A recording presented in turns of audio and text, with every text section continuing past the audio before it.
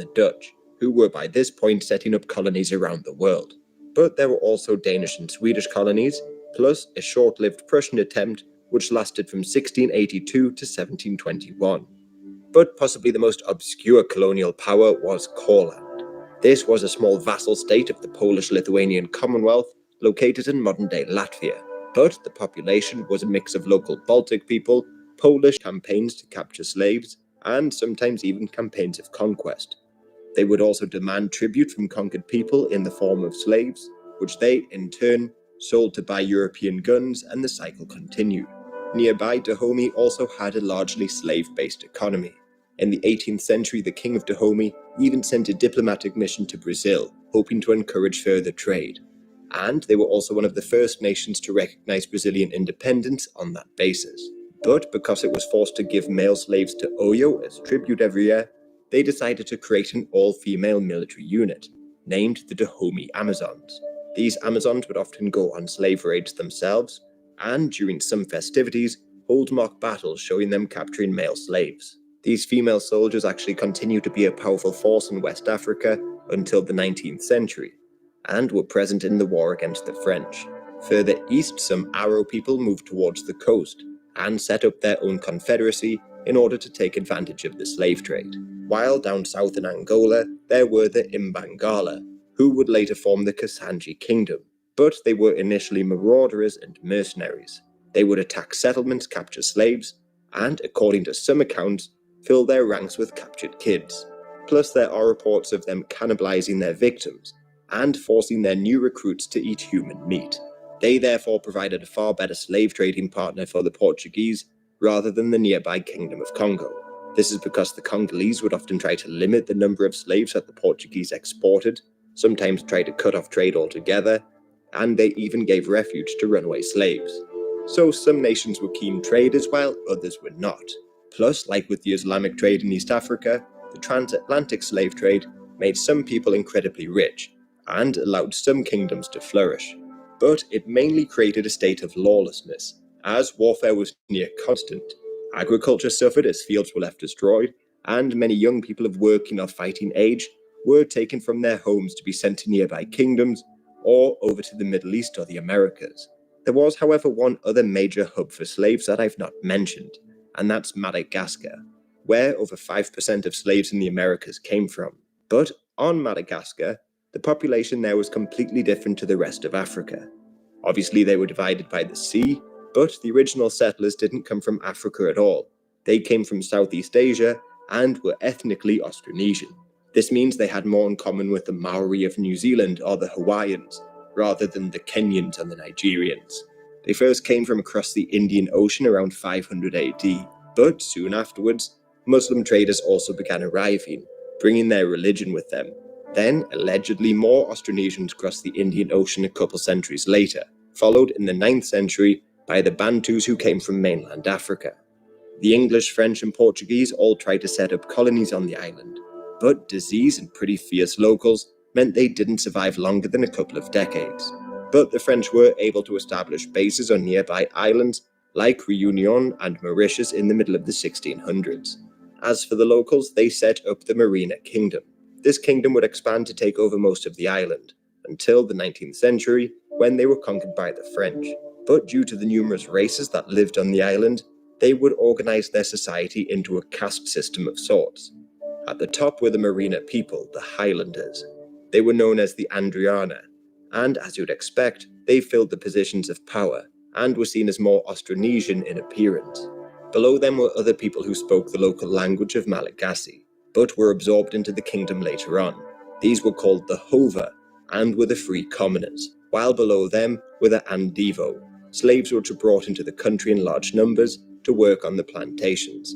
They were bought from the French and Arabs primarily, who brought them from Mozambique and the East African coast.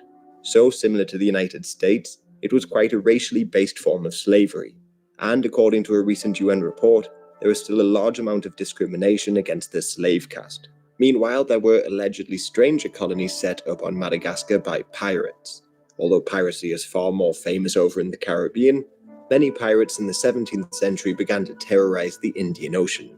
Captain Kidd, for instance, turned pirate after being tasked with trying to catch pirates off the coast of Madagascar, which was a great place for looting the treasures being brought back from India. One of the pirates who made a name for himself was Henry Every. He captured a ship belonging to the Mughal Emperor Aurangzeb, and this led to possibly the world's first ever manhunt. Pirates like Adam Baldridge set up bases around Madagascar, like on the island of St. Mary's, plus there was a somewhat mythical colony called Libertatia, where pirates would go to war against oppressors and defend people's rights. However, many historians question whether or not it really existed. As we enter the 18th century, there wasn't really a great deal of change in terms of colonization. For instance, during the 7 Years' War, the British took French posts in Senegal, but they were given back to the French shortly afterwards. Most colonial efforts at this time were still focused on the Americas, which was far easier to settle in, or over in India, home to great riches and cities. But Spain did enter Africa as they agreed to hand the Portuguese land in South America in return for Spanish Guinea, modern-day Equatorial Guinea, but Spanish influence in Africa below the Sahara will largely just keep to this area. In the south, the Dutch settlers began to form their own unique culture, and these Boers, or Afrikaners, began to launch treks into the interior of South Africa. Over in London, the African Association was set up in the last years of the century, aimed at exploring the continent further. They sent Mungo Park to Timbuktu, but by then it was a shadow of its former self. Ever since the Moroccan invasions, the city had been left weakened, and it had been invaded by Tuareg tribes a couple of times. Plus, the increase in transatlantic slave trade meant that it had lost its strategic importance as a trading centre, as money began to move further towards the coast. This was a pretty recurring theme across the continent, as the 18th century saw the demise of many once powerful nations. The Kingdom of Congo, for instance, was stuck in a near-endless fight for the throne, while over in Ethiopia, there was the Age of Princes, when the country was divided between various lords and the emperor had no real power. This in turn led to various ethnic clashes and, ultimately, the weakening of the empire. To the north of them, the old Christian Nubian states of Makuria had been defeated, but the new Muslim states of Darfur, Wadai and Funj fought a number of wars against each other during the 18th century. Plus, they also faced droughts which lasted for years, the power of the monarchs began to erode, and Ethiopian raids plundered a great deal of wealth. So by the beginning of the 19th century, the palace of Sennar in the Funj Sultanate was essentially in ruin. Yet there was one peculiar state stuck among the Christians and Muslims in this area, the Shilluk Kingdom. Here their religion was based around their kings, and their capital was Fashoda, a place that would gain a great deal of fame during the scramble for Africa. In the southeast, the Kingdom of Mutapa faced numerous civil wars, and competing factions constantly called on the Portuguese for aid. The Portuguese were obviously willing to participate, and the kingdom just disintegrated in that century. But on the Portuguese, they were able to expand their holdings in Africa at the expense of kingdoms like Congo. However, Portugal itself was weakening, so they had very little direct rule over much of the land they took over. Otherwise, the Portuguese also aided in the rise of the Zulu kingdom in nearby South Africa. This is because they brought maize over from the Americas, and it had spread inland by the middle of the 18th century. This led to a huge increase in population in the region and spurred on the desire to seize arable land, which had dramatically increased in importance due to the crop. So the Zulu, along with other Bantu people, began to set up their own kingdoms in the decades following this. Over in the west of Africa, a number of palace coups weakened the Oyo Empire, and there was also the fall of the Great Falu Empire to an altogether new threat, jihadists. These jihads began in the 1720s and were largely launched by the Fula people, who today can be found in nearly every West African country. They were inspired to launch jihads by the Turodbi, a group of clerics whose origins are not altogether that clear. They had in fact begun to launch jihads at the end of the 17th century, but they really became significant in the 18th, starting with Karamoko Alpha's conquest of Futa Jalon. They destroyed many sacred animist objects belonging to the locals, including a ceremonial drum, and made a great deal of money from selling the slaves onto the Europeans. But, just like the Christians in Europe, they refused to sell Muslim slaves, and even banned the French from using the rivers in their kingdoms for transporting Muslim slaves. Their success in turn led to further jihadist states being formed across West Africa, like Futa Toro, which was founded in 1776 at the expense of the Great Fulu Empire. Then, in the early 19th century, they took over Timbuktu and formed the Messina Empire. But their greatest state was probably the Sokoto Caliphate. This caliphate conquered the Hausa kingdoms and drove back the Bornu Empire, which was also largely Islamic. And this Sokoto Caliphate ruled over the region until the very early 20th century. Plus, in the north, the 18th century was also a bit of a disaster for the Moroccans.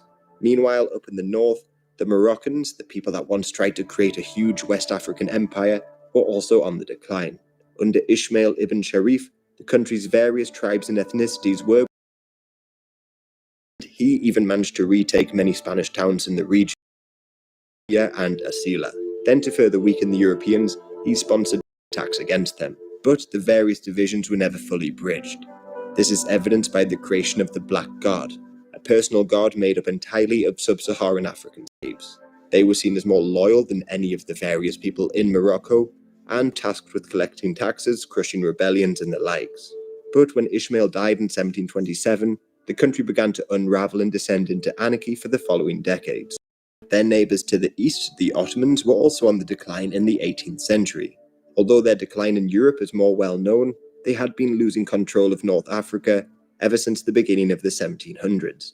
For instance, in Tripolitania, a janissary named Ahmed Karamanli murdered the Ottoman ruler of the region in 1711, and he took power for himself. Towards the end of the century, a Turkish officer named Ali Pasha tried to restore Ottoman control through a coup of his own. But the civil war of the 1790s saw the Karamanli dynasty re-establish their authority. The same thing happened in Tunis, with Al-Hussein ibn Ali, who took power in 1705, and in Algiers, where Baba Ali Chok ousted the Ottoman officials. Plus, on Algiers, they started demanding higher tributes from the European powers, and when this was refused, they actually started. So long before the Barbary Wars of the 19th century, Baba declared war on the Dutch in 1715, and then in 1769, the Danes declared war on Algiers. The Algerians responded by enslaving the crew on a number of Danish ships, and refused to surrender despite the threat of the city being bombarded. And, fortunately for them at least, many Danish soldiers died of typhoid during the